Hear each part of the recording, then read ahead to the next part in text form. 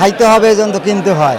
এই যে মাছ চাইছে 1800 টাকা ফি, আমার বাজেটে আছে 1500 টাকা, তারা কইলে দেবেন না। আর মাছ যদি নদীতে না থাকে এখানে আসবে কেন? দাম একটু নাগালের বাইরেই আছে, মাছ তো আমদানির উপরে তো দাম চলে, দাম বেশি। গত বছর যা আসে তার থেকে বছর আরো অনেক কম, ক্রমান্বয়ে কমে যাইতেছে মাছ, প্রতি বছর মাছ কমতেছে। 1 কেজির মাছ 2000 টাকার উপরে। বরিশালের এই বাংলাদেশের সবচেয়ে বড় মোকামে আসছে, এই জায়গায় এইরকম দাম এইটা আসলে হয় না, কন্টিনিউয়াসলি বাড়তেছে। এটা আসলে সরকারের নজরদারি খুবই দরকার। আমার মনে হয় যে কোনো বাংলাদেশের যে কোনো প্রান্তে একটা সিন্ডিকেট কাজ করতেছে, আদারওয়াইজ এইভাবে সম্ভব না। এইভাবে মাছের দাম বৃদ্ধি পাবে, 1 কেজির মাছ 2500 টাকা 2200 টাকা, এইটা সিজন বাজার এটা হইতে পারে না। এটা যে কোনো একটা সিন্ডিকেট আছে, এটা ধরতে পারলে আমার মনে হয় যে বাংলাদেশের সাধারণ মানুষ মাছ কম দামে খেতে পারবে। খবরের চেয়ে এবার বেশি। আমি মাছ কেনার জন্য আসছি, আমি 4টি ইলিশ মাছ কিনবো ওই জন্য আসছি, না কিনতে পারিনি। এত দাম হলেই আমাদের মতো মানুষ কেনার মতো করাই না। খাইতে হবে এজন্য তো কিনতে হয়। এটা 3300 টাকা, 1 কেজি 300। পারি না যে নভেম্বর টাকা হ্যাটিংয়ে মাছের দাম বেশি। তারে মাছ তো নাই, আর কিনবো কেমনি? এই জন্য দাম যে আছে বাজার অনুসারে এইভাবে চাইতে আছে এরা। কিন্তু আমাদের বরিশালে তো মাছ আসে না, দূর দিয়েই যায়, আমরা তো এবার বরিশালে মাছ পাই না।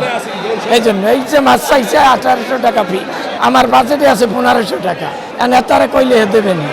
ইলিশ এবার যে ইলিশের বাজার যাচ্ছে বাড়াচ্ছে প্রায় 20-25 টাকার উপরে মনকে কেজি বেশি আর কি।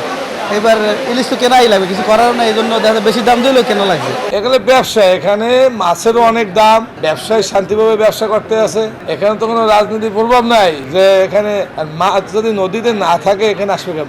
নদীতেই কম মাছ, ক্রেতাও নাই এরকম। দাম একটু নাগালের বাইরেই আছে, মাছ তো আমদানির উপরে তো দাম চলে, দাম বেশি। কেজির উপরের মাছ, কেজি সাইজের মাছ 2500 টাকা বিক্রি হয়। মনে করেন পাইকারি বেচা হয় 50 টাকা কমে, দোকানদাররা 50 টাকা লাভ করে। আর 800, 900, 700 এটা চলে 2200 টাকা কেজি। আর 500 থেকে 600 গ্রাম এটা 1800 টাকা কেজি। হয় এবার বেশি, গত বছরের তুলনায় অনেক বেশি দাম। আপনার মানে বাজারে মাছের আমদানি কম, যার কারণে দাম বেশি, এর কারণে ক্রেতা খুব কম। এখন বর্তমানে আপনার 1 কেজি ওজনের মাছ 2450 থেকে 2500 টাকা করে যাচ্ছে। 800-900 গ্রাম সাইজের যে মাছটা আপনার এটা 2100, 2050 এরকমে যাচ্ছে। 600-700 গ্রাম ওজনের মাছ 1800 থেকে 1900 টাকা যাচ্ছে।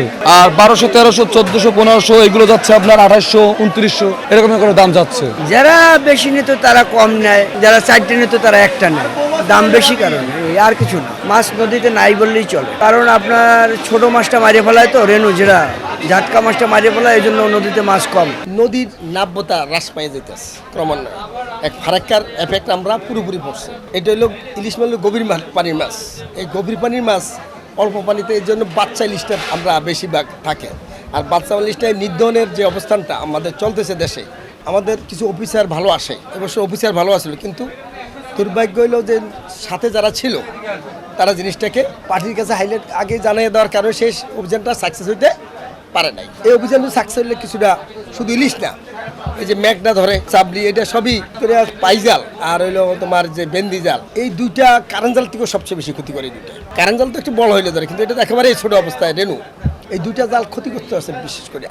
এটার ব্যাপারে শুধু এইভাবে না, সৎযোগ্য প্রশাসনের দরকার, সৎযোগ্য লোকের দরকার। আমাদের দুর্নীতিতে খেয়ে গেছে। আমরা এখানে মাছ আমরাও বেশি, কেন মরা মাছ আসে আমরা বিক্রি করি, কিন্তু আমরা না বিক্রি করলে অন্যখানে বিক্রি করবে। কিন্তু এই মাছটা যে যারা পাইজালগুলি ধরে তারা জানে, প্রশাসন জানে কেনা কেনা পাইজাল বাই, তাদেরকে যদি তাদের বিরুদ্ধে যে ব্যবস্থা নেয় তাহলে আর কিন্তু নদীতে নামা লাগে না। কারা কারা পাইজালগুলি, একটা পাইজাল অনেক টাকা দাম, এবং একটা পাইজাল টানতে হলে 10-15 জন লোক লাগে, 2-1 জন লোক হয় না। একটা পাইজালের খেওয়া টানতে হলে তোমার কমপক্ষে 4-5 ঘন্টা সময় লাগে।